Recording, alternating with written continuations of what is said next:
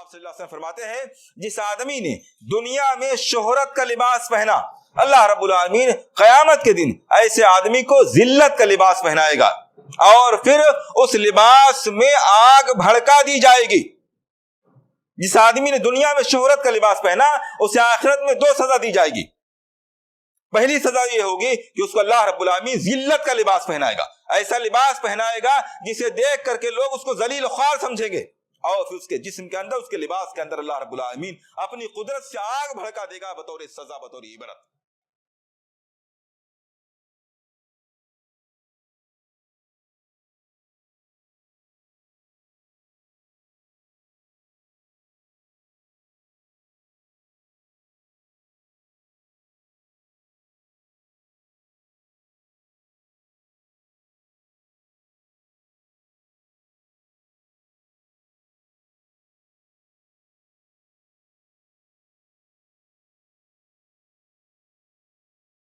تمام قسم کی تعریفات و توصیفات، حمد و ثنا، بڑائی و برتری اللہ وحدہ لا شریک کے لیے لائق و زیبا ہے،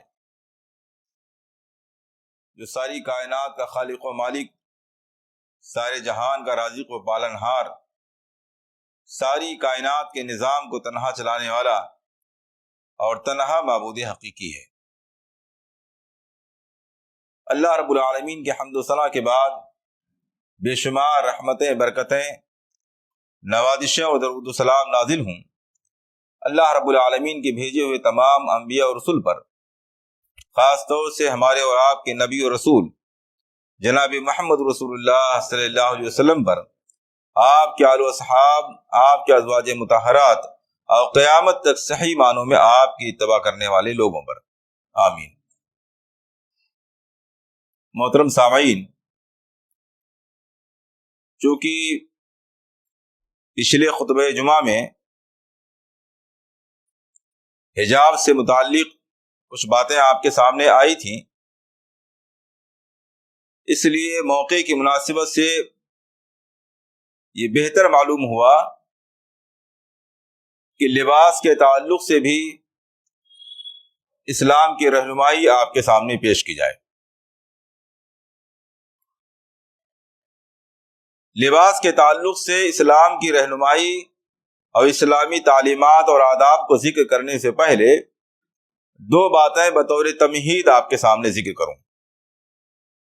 پہلی بات تو یہ کہ لباس بھی اللہ رب العالمین کی عظیم نعمتوں میں سے ایک نعمت ہے، اور اس نعمت کا اللہ رب العالمین نے کئی مقام پر تذکرہ کیا ہے۔ چنانچہ سورہ اعراف میں اللہ رب العالمین فرماتا ہے، یا بنی آدم قد انزلنا علیکم لباسا یواری سوآتکم وریشا، اے آدم کی اولاد، ہم نے تم پر لباس اتارا ہے تاکہ اس کے ذریعہ تم اپنی شرمگاہوں کو چھپا سکو اور اس کے ذریعہ تم زینت اور خوبصورتی اختیار کر سکو۔ وَلِبَاسُ التَّقْوَىٰ ذَلِكَ خَيْرٌ، اور جو تقوی کا لباس ہے، پرہیزگاری کا لباس ہے، وہ سب سے بہتر لباس ہے۔ ذَلِكَ مِنْ آیَاتِ اللَّهِ لَعَلَّهُمْ يَذَّكَّرُونَ، یہ اللہ رب العالمین کی نشانیوں میں سے ہے تاکہ تم لوگ نصیحت حاصل کرو۔ اس آیت کریمہ سے ایک بات تو یہ معلوم ہوئی کہ اللہ رب العالمین نے لباس کو اتارا ہے۔ لباس اتارنے کا 2 معنی ہے۔ ایک معنی تو یہ ہے کہ اللہ رب العالمین نے آدم اور حوا علیہ السلام کو لباس پہنا کر کے دنیا میں اتارا ہے، اور ان کی فطرت میں اللہ رب العالمین نے لباس رکھا ہے۔ یہ 2 معنی ہے۔ ایک معنی یہ کہ اللہ رب العالمین نے لباس اتارا ہے، یعنی لباس پہنا کر کے دونوں کو دنیا کے اندر بھیجا ہے، ننگا نہیں بھیجا ہے، یہ دنیا کی ایجاد نہیں ہے، اللہ رب العالمین نے خود لباس پہنا کر کے اتارا ہے۔ دوسرا معنی یہ ہے کہ اللہ رب العالمین نے انسان کی فطرت میں، اس کی طبیعت میں لباس کو اتار دیا ہے، یعنی انسان کی فطرت اگر اپنے اصل حالت پر قائم رہے تو انسان یہ چاہتا ہے، اس کی عادت و طبیعت ہے کہ وہ ستر کو ڈھکے ہوئے ہو، ننگا نہ رہے۔ وَلِبَاسُ التَّقْوَىٰ ذَلِكَ خَيْرٌ، دوسری بات یہ معلوم ہوئی کہ لباس اتارنے کا مقصد کیا ہے۔ دو مقصد بیان کیا گیا. ایک مقصد یہ کہ لباس کے ذریعہ شرمگاہوں کو چھپایا جائے، وریشا، اور دوسرا مقصد یہ ہے کہ لباس کے ذریعہ انسان زینت اور خوبصورتی اختیار کرے. وَلِبَاسُ التَّقْوَىٰ ذَلِكَ خَيْرٌ، اور تقویٰ کا لباس سب سے بہتر لباس ہے. یعنی ایک وہ لباس ہے جس کے ذریعہ ہم جسم کو ڈھکتے ہیں، جسے عام طور سے ہم لباس اور کپڑا کہتے ہیں. ایک اور لباس ہے جس کو اللہ رب العالمین نے تقویٰ کا لباس قرار دیا ہے. تقویٰ کوئی ظاہری لباس نہیں جس کو آدمی پہن لیتا ہے، بلکہ تقویٰ ایک خوبی ہے، ایک وصف ہے. اگر اس کو لباس کی طرح سے اپنے جسم پر ڈھک لے اور اپنے تمام کاموں میں تقویٰ کی رعایت کرے تو گویا تقویٰ کا لباس پہنے ہوئے ہے، اور یہ وہ لباس ہے جو تمام قسم کے لباس سے زیادہ بہتر ہے، دنیاوی اعتبار سے بھی، آخرت کے اعتبار سے بھی، خوبصورتی اور زینت کے اعتبار سے بھی. ذالک من آیات اللہ لعلہم یذکرون، یہ اللہ رب العالمین کی نشانیوں میں سے ہے تاکہ لوگ نصیحت حاصل کریں. دوسری جگہ اللہ رب العالمین سورہ نحل آیت نمبر 81 میں فرماتا ہے واللہ جعل لکم مما خلق ظلالا، اور اللہ رب العالمین نے جو چیزیں پیدا کی ہیں انہی میں سے سایہ بھی ہے.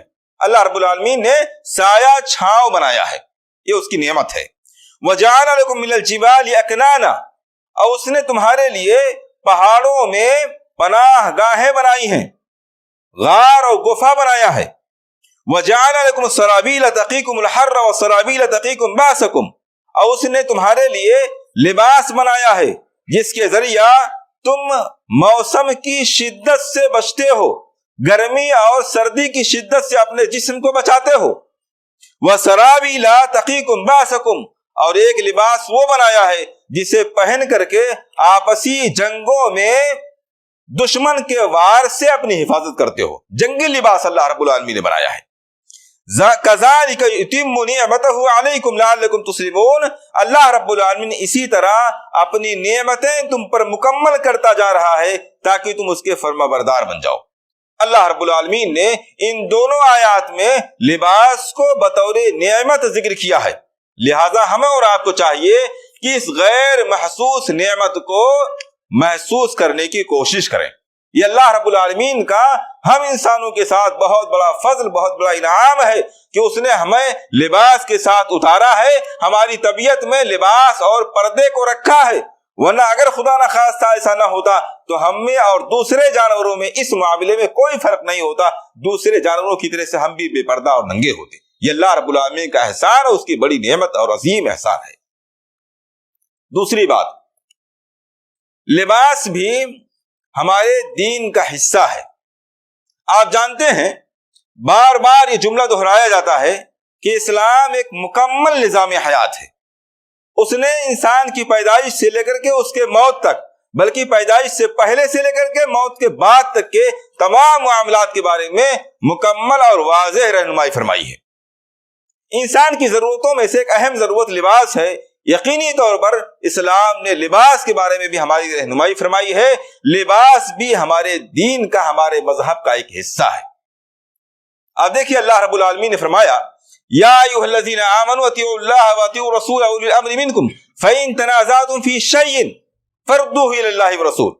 اے وہ لوگوں جو ایمان لائے ہو، اللہ کی اطاعت کرو، رسول کی اطاعت کرو، اپنے حکمرانوں کی اطاعت کرو، اور کسی معاملے میں تمہارا آپس میں اختلاف ہو جائے تو اللہ اس کے رسول کی طرف لوٹاؤ.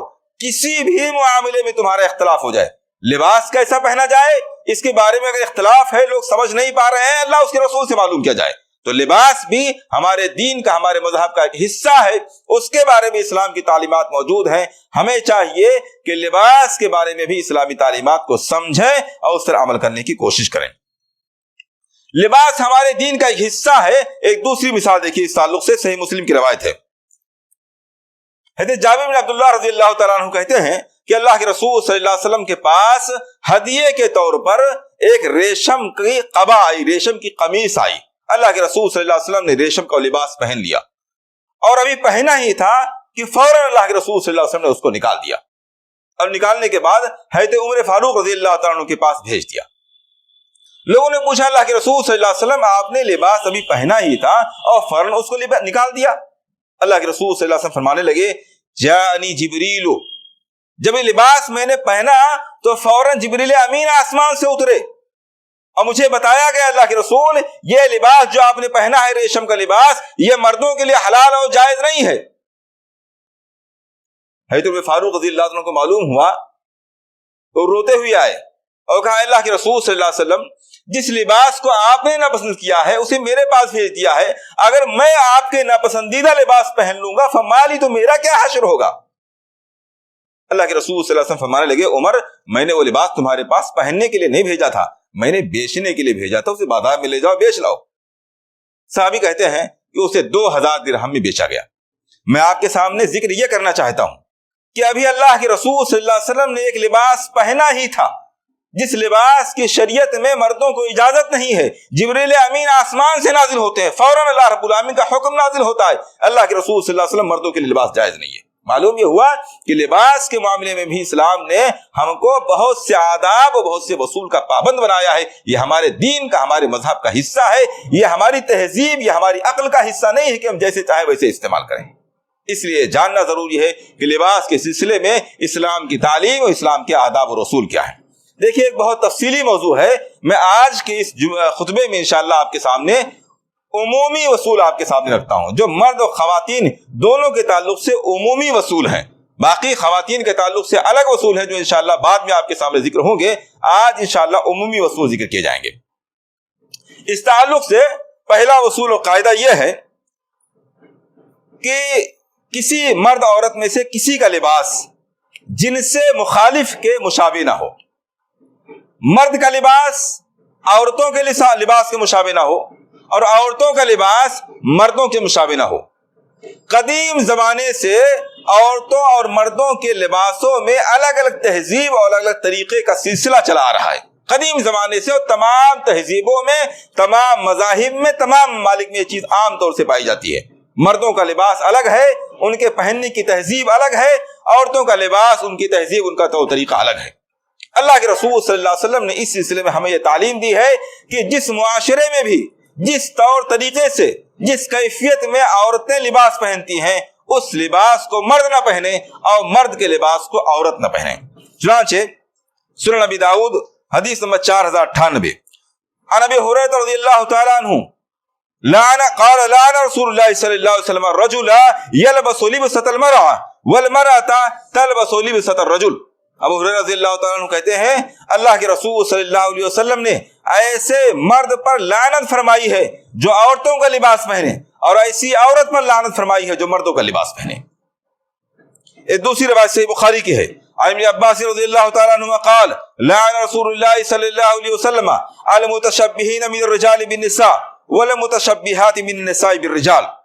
حضرت عبداللہ ابن عباس رضی اللہ تعالیٰ عنہ کہتے ہیں کہ اللہ کے رسول صلی اللہ علیہ وسلم نے ایسے مردوں پر لعنت فرمائی ہے جو کسی بھی معاملے میں عورتوں کی مشابہت اختیار کرتے ہیں اور ایسی عورتوں پر لعنت فرمائی ہے جو کسی بھی معاملے میں مردوں کی مشابہت اختیار کرتے ہیں.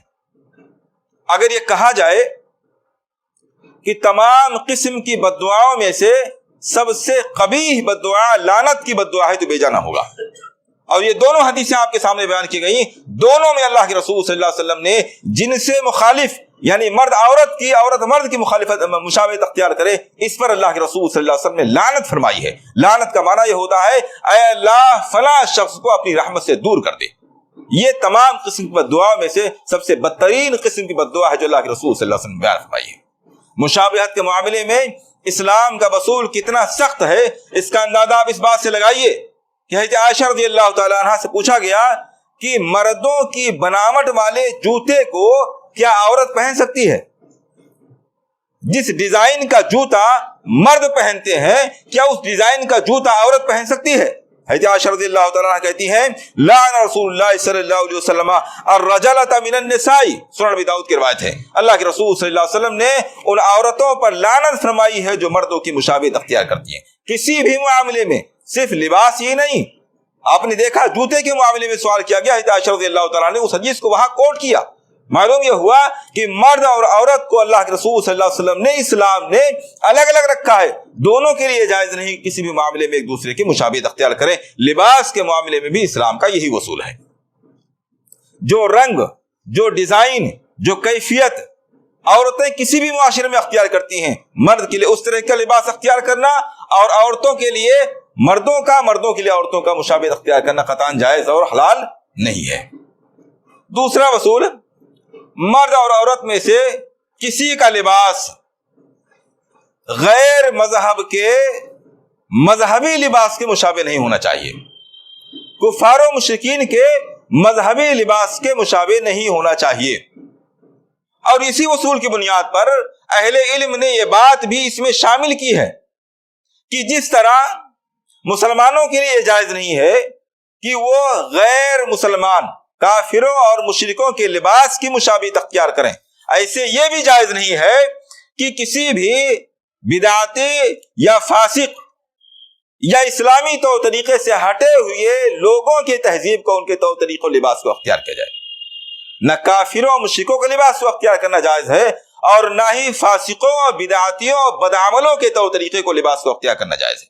آپ دیکھیے اللہ کے رسول صلی اللہ علیہ وسلم کی ایک عام حدیث جو بارہا آپ کے سامنے بیان ہوتی ہے۔ اللہ کے رسول صلی اللہ علیہ وسلم فرماتے ہیں من تشبہ بقوم فہو منہم، جس آدمی نے کسی بھی معاملے میں کسی بھی قوم کی کسی بھی تہذیب کی مشابہت اختیار کی وہ اسی میں سے ہو گیا، اس کا شمار اسی میں سے ہے۔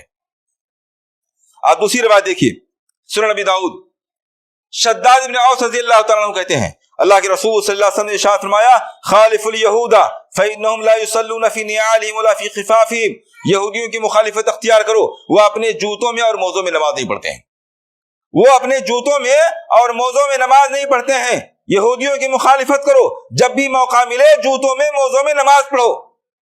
اس حدیث کو کوٹ کرتے ہوئے علامہ البانی رحمہ اللہ نے اس سے استدلال کرتے ہوئے کہا ہے کہ یہ حدیث اس بات پر دلالت کرتی ہے کہ اسلام کا ایک واضح ٹارگٹ یہ ہے کہ مسلمانوں کا طور طریقہ، ان کا لباس کسی بھی غیر مذہبی کسی بھی غیر مسلمان سے مشابہ نہیں ہونا چاہیے۔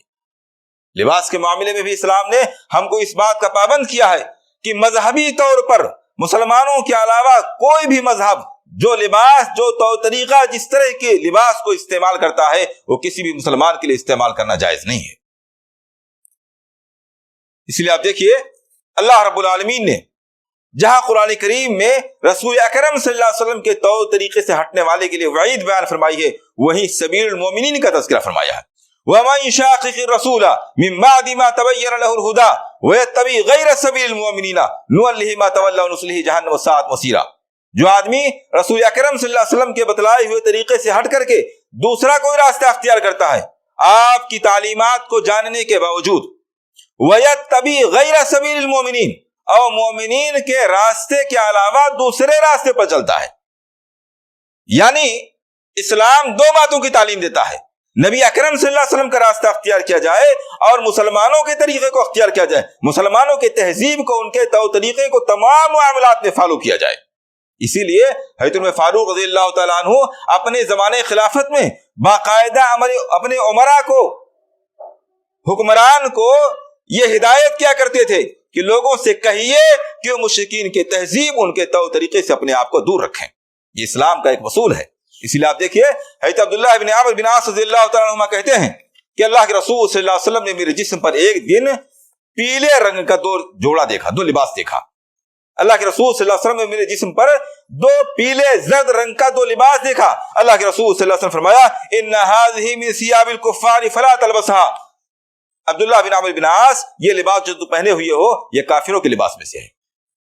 بعض کافر مذہبی طور پر اس قسم کا اس رنگ کا لباس پہنتے ہیں، فلا تلبسها، اس طرح کا لباس نہ پہنو۔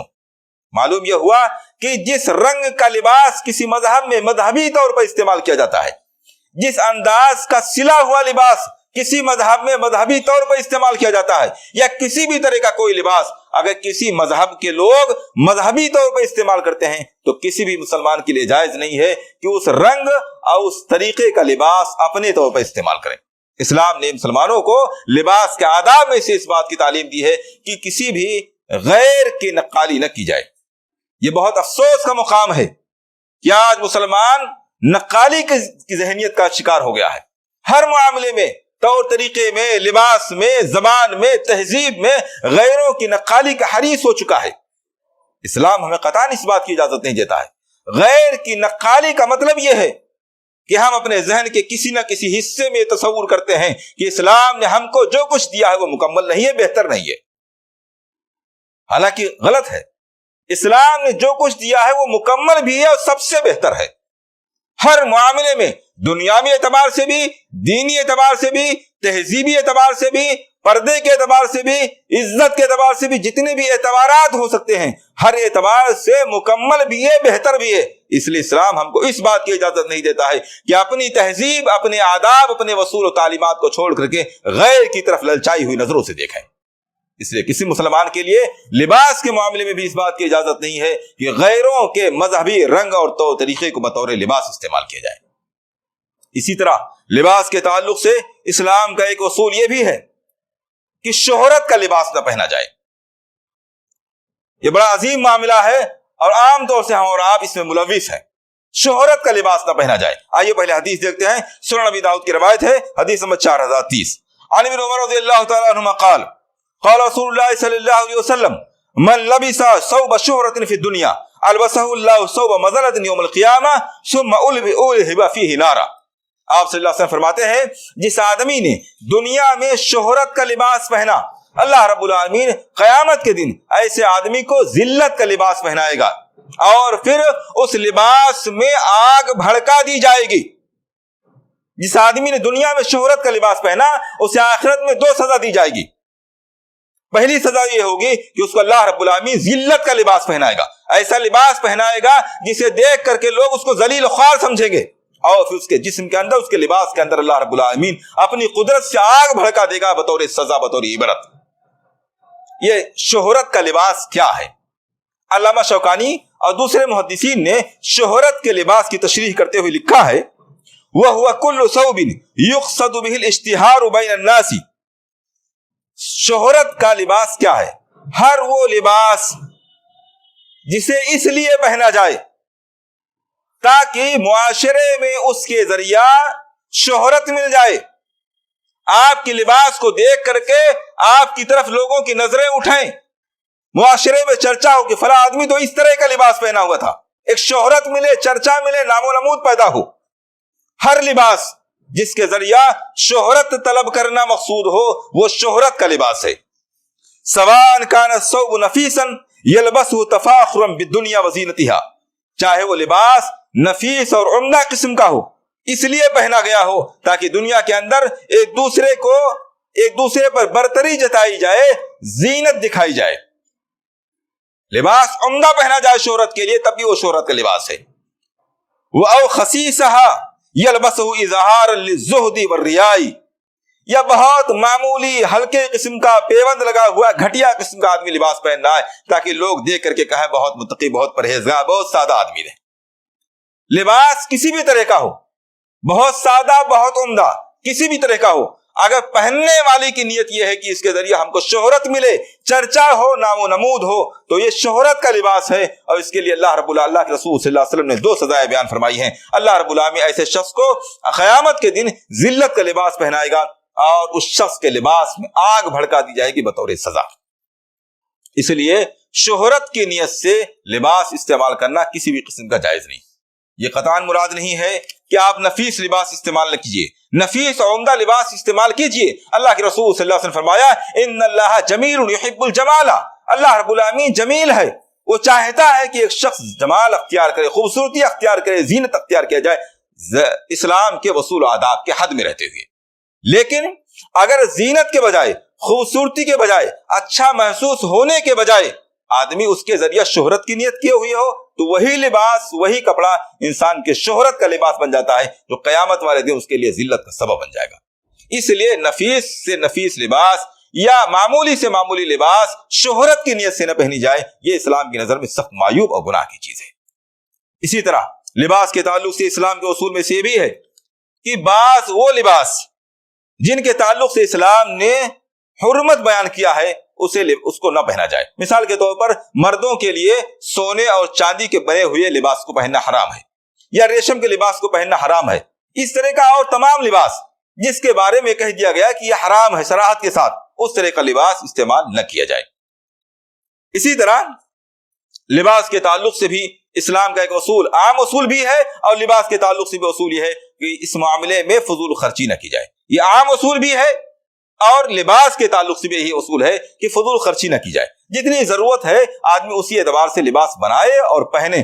بلا وجہ بہت زائد لباس بنا لینا یا بہت زیادہ لباس اپنے جسم پر پہن لینا، مختلف قسم کے 2 3 3 4 زائد لباس، تاکہ اس کے ذریعے شہرت ملے، نام ملے، ریاکاری ہو، اس طرح سے زائد اور فضول قسم کے لباس بنانا یا پہننا یہ فضول خرچی میں شامل ہے. اور لباس کے تعلق سے اسلام نے فضول خرچی سے منع کیا ہے، جس طرح تمام معاملات میں اسلام نے فضول خرچی سے منع کیا ہے. چنانچہ اللہ رب العالمین فرماتا ہے یا بنی آدم خذوا زینتکم عند کل مسجد وکلوا واشربوا ولا تسرفوا انہ لا یحب المسرفین. اے آدم کی اولاد، ہر نماز کے وقت، ہر مسجد کے وقت زینت اختیار کرو اور کھاؤ پیو، ولا تسرفوا، لیکن کھانے میں، پینے میں، پہننے میں، کسی بھی معاملے میں فضول خرچی اختیار نہ کرو. اللہ رب العالمین فضول خرچی کرنے والوں سے محبت نہیں کرتا. محبت نہ کرنا اس بات کا اعلان ہے کہ وہ نفرت کرتا ہے. محبت نہ کرنے کا مطلب یہ کہ وہ نفرت کرتا ہے. دوسری روایت دیکھیے، صحیح بخاری کی روایت ہے، عن عبداللہ بن عمرو بن العاص رضی اللہ تعالیٰ عنہما عن النبی صلی اللہ علیہ وسلم قال کلوا وتصدقوا والبسوا فی غیر اسراف ولا مخیلہ. آپ صلی اللہ علیہ وسلم فرماتے کھاؤ اور صدقہ کرو اور خوب اچھا لباس پہنو، بغیر فضول خرچی کے ہوئے اور بغیر تکبر کے. اللہ کے رسول صلی اللہ علیہ وسلم نے صراحت کے ساتھ اس بات کی تعلیم دی ہے کہ لباس کے معاملے میں بھی انسان فضول خرچی نہ کرے. یہ بھی ایک اہم معاملہ ہے ہمارے یہاں. جس طرح بہت سے معاملات میں فضول خرچی ہوتی ہے، ایسے لباس کے معاملات میں بھی بے پناہ قسم کی بے خرچی ہوتی ہے. ہم سب کو چاہیے کہ اس معاملے میں بھی اسلامی تعلیمات کا لحاظ رکھیں. اسی طرح سب سے بڑا اور اہم اصول جو لباس کے تعلق سے ہے، جس کے لیے لباس کو نازل کیا گیا ہے، وہ ہے ستر کا ڈھکنا، با پردہ ہونا. سب سے پہلے جاننا چاہیے پردہ کیا ہے.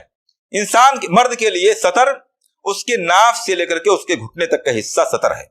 ناف سے لے کر کے گھٹنے تک، ناف اور گھٹنا دونوں اس ستر میں شامل ہے. کسی بھی موقع پر معاشرے میں لوگوں کے درمیان ایسا لباس پہننا جس سے ناف اور گھٹنے کے درمیان کا حصہ ظاہر ہو جائز نہیں ہے. ہمارے یہاں بہت سے ایسے شارٹ لباس مردوں میں لائج ہو گئے ہیں جو واکنگ کے لیے یا یوں ہی گھر میں پہنے جاتے ہیں اور سمجھا جاتا ہے یہ تو عام سی بات ہے، کوئی حرج کی بات نہیں. یہ ستر کا حصہ ہے، اس کا کسی بھی حالت میں کھلنا جائز نہیں ہے. اور عورت مکمل لباس ہے، مکمل پردہ ہے. غیر محرم کے سامنے اور عوام کے سامنے، پبلک کے سامنے عورت کے جسم کا کوئی بھی حصہ کھلا ہوا نہیں ہونا چاہیے. وہ مکمل پردہ ہے، مکمل عورت ہے. عورت کے معنی ہی ہوتے ہیں پردہ کے.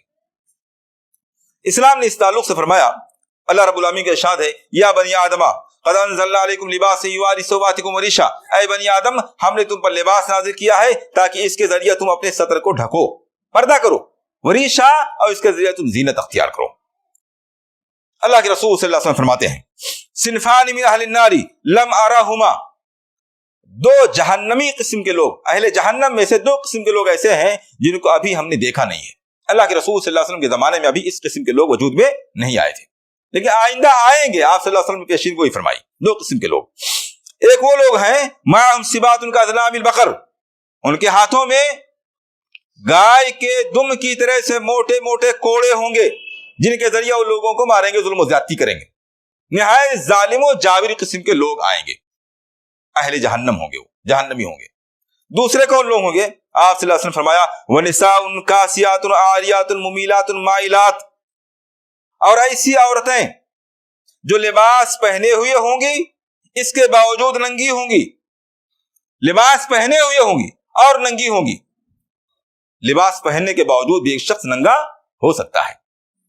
ممیلات مائلات، وہ مردوں کی طرف مائل ہونے والی ہوں گی، مردوں کو اپنی طرف مائل کرنے والی ہوں گی. روسہن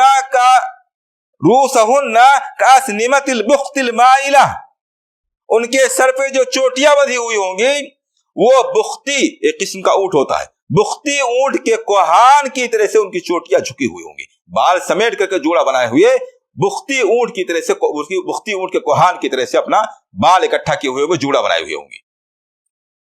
لا يدخلن الجنہ، لا يدخلن الجنۃ، نہ تو ایسی عورتیں جنت میں داخل ہوں گی، ولا یجدن ریحا، اور نہ یہ جنت کی خوشبو پا سکیں گی. وَإِنَّ رِيحَهَا لَتُوجَدُ مِن مَسِيرَةِ كَذَا وَكَذَا، حالانکہ جنت کی خوشبو بہت دور سے معلوم پڑ رہی ہوگی. جنت کی خوشبو بہت دور سے معلوم پڑ رہی ہوگی، مگر یہ بدبخت عورتیں جنت کی خوشبو تک نہ پا سکیں گی۔ کون سی عورتیں ہیں؟ نساء کاسیات عاریات ممیلات مائلات، ایسی عورتیں جو لباس پہنے ہوئے ہوں گی مگر ننگی ہوں گی۔ لباس پہننے کے باوجود آدمی ننگا کب ہو سکتا ہے؟ جب دو چیزیں نہ پائی جائیں۔ لباس کا مقصد کیا ہے؟ دو چیزوں کا پایا جانا۔ پہلی چیز کیا ہے؟ انسان کے جسم کا رنگ چھپا ہوا ہو۔ لباس یواری سوآتکم، اللہ رب العالمین فرمایا، اللہ رب العالمین نے لباس نازل کیا ہے جس کے ذریعہ تم اپنی شرمگاہوں کو چھپا سکو۔ شرمگاہوں کو چھپانے اور پردہ کرنے کا ایک مطلب یہ ہے کہ ہمارے سطر کا رنگ ظاہر نہ ہو۔ اگر ایسا لباس پہنا جائے اتنے ہلکے اور معمولی قسم کا جس کے ذریعہ جسم کا رنگ ظاہر ہو، سطر کا رنگ ظاہر ہو، تو وہ لباس اسلام کی نظر میں لباس نہیں ہے۔ ایسے ہی عورتوں کے بارے میں کہا گیا نساؤن کاسیات عاریات، ایسی عورتیں ہوں گی جو لباس تو پہنے ہوئے ہوں گی مگر لباس اتنا ہلکا ہوگا کہ اس کے ذریعہ جسم کا رنگ نظر آ رہا ہوگا۔ یہ وہ بات ہے جو عام طور سے ہم سمجھتے ہیں کہ لباس کے ذریعہ جسم کا رنگ نظر نہیں آنا چاہیے، لیکن ایک دوسری بات جو لباس کے لیے ضروری ہے اور جس کے بغیر لباس اسلام کی نظر میں لباس نہیں ہوتا ہے، جس کے سلسلے میں ہم غافل ہیں، وہ یہ ہے کہ لباس کے ذریعہ انسان کے جسم اور خاص طور سے سطر کی بناوٹ ظاہر نہ ہونے پائے۔ پردے کا لباس کا یہ دو مقصد ہے، جسم کا سطر کا رنگ ظاہر نہ ہو، رنگ ظاہر ہو رہا ہے تو وہ لباس نہیں، سطر کی بناوٹ ظاہر نہ ہو۔ عورت کا پورا جسم سطر ہے، اس کے جسم کی بناوٹ ظاہر نہ ہو۔ مرد کا ناف سے لے کر کے گھٹنا سے سطر ہے، اس درمیان کا کوئی بھی حصہ اس کی بناوٹ اگر ظاہر ہو رہی ہے تو جو کچھ پہنا گیا ہے وہ اسلام کی نظر میں لباس نہیں ہے۔ آئیے اس سلسلے میں کچھ دلیل دیکھتے ہیں۔ حضرت اسامہ بن زید رضی اللہ تعالیٰ عنہ کہتے ہیں کسانی رسول اللہ صلی اللہ علیہ وسلم قبطیۃ کثیفہ، اللہ کے رسول صلی اللہ علیہ وسلم نے قبط کا بنا ہوا ایک موٹا لباس ہم کو پہنایا، یعنی ہدیہ کیا۔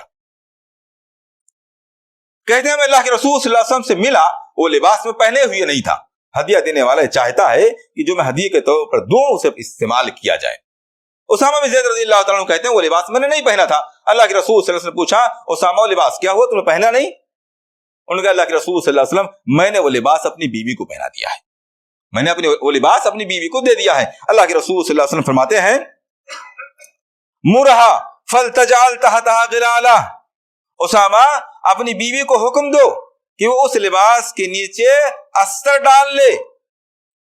موٹا لباس تھا، حدیث کے اندر صاف طور سے موجود ہے، کثیفہ، موٹا لباس تھا، رنگ ظاہر ہونے کا کوئی سوال ہی نہیں تھا۔ لیکن جب وہی لباس عورت کو دیا گیا تو اللہ کے رسول نے فرمایا مرہا فلتجعل تحتها غلالا، اسے حکم دو کہ اس کے نیچے استر بنا لے، استر پہنے۔ کیوں؟ فَإِنِّي أَخَافُ أَن تَصِفَ حَجْمَ عِظَامِهَا، اس لیے کہ مجھے ڈر ہے کہ وہ لباس اتنا ملائم، اتنا سافٹ ہے کہ وہ جسم کی بناوٹ کو ظاہر کر دے گا۔ موٹا تو ضرور ہے لیکن اتنا ملائم ہے کہ اس کے ذریعہ ان کے جسم کی بناوٹ ظاہر ہو سکتی ہے، اس لیے ان سے کہو کہ نیچے استر ڈالے تاکہ بناوٹ بھی ظاہر نہ ہو۔ معلوم یہ ہوا کہ لباس کا ایک مقصد یہ بھی ہے کہ جسم کی بناوٹ کو ظاہر نہ ہونے، جسم کی بناوٹ ظاہر نہ ہونے پائے۔ دوسری بات دیکھیے، منذر ابن زبیر وہ کہتے ہیں کہ میں عراق سے بہت ہی نفیس اور عمدہ قسم کا لباس لے کر کے آیا، اور حضرت اسماء بنت ابی بکر رضی اللہ تعالی عنہا جو اس وقت نابینا ہو چکی تھی، میں نے انہیں بطور ہدیہ و لباس بھیجوایا۔ وہ نابینا تھی، انہوں نے اس لباس کو ہاتھ سے چھوا اور کہا اف ردوہ، اف تعجب ہے، یہ لباس مجھے دیا گیا ہے، ردوہ واپس کر دو لباس۔ منذر بن زبیر رضی اللہ عنہ کو معلوم ہوا کہ حضرت اسامہ رضی اللہ تعالیٰ نے میرا ہدیہ واپس کر دیا تو انہیں تکلیف ہوئی، اور انہوں نے کہا یا امہ، اے میری ماں، وہ لباس جو آپ نے واپس کر دیا ہے فإنها لا تشف، وہ لباس ہلکا نہیں ہے، اس کا دھاگے اتنے ہلکے نہیں ہیں کہ اس کے ذریعہ جسم کا رنگ نظر آ سکے۔ چونکہ وہ نابینا تھی، انہوں نے سوچا شاید انہوں نے سوچا ہو کہ یہ کپڑا ہلکا ہے، اس کے ذریعے جسم کا رنگ نظر آ جائے گا، اس لیے واپس کر دیا۔